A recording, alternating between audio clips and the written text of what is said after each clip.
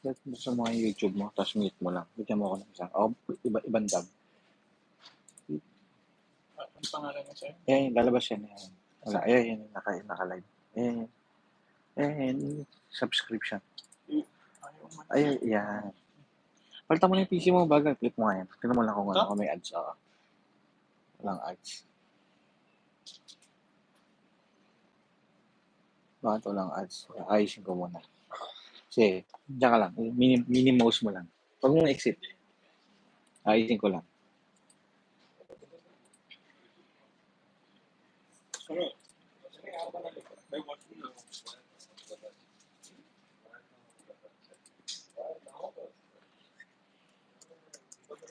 Kakagat ka nito, tapos kukuha ka nito. Masyadong matamis eh.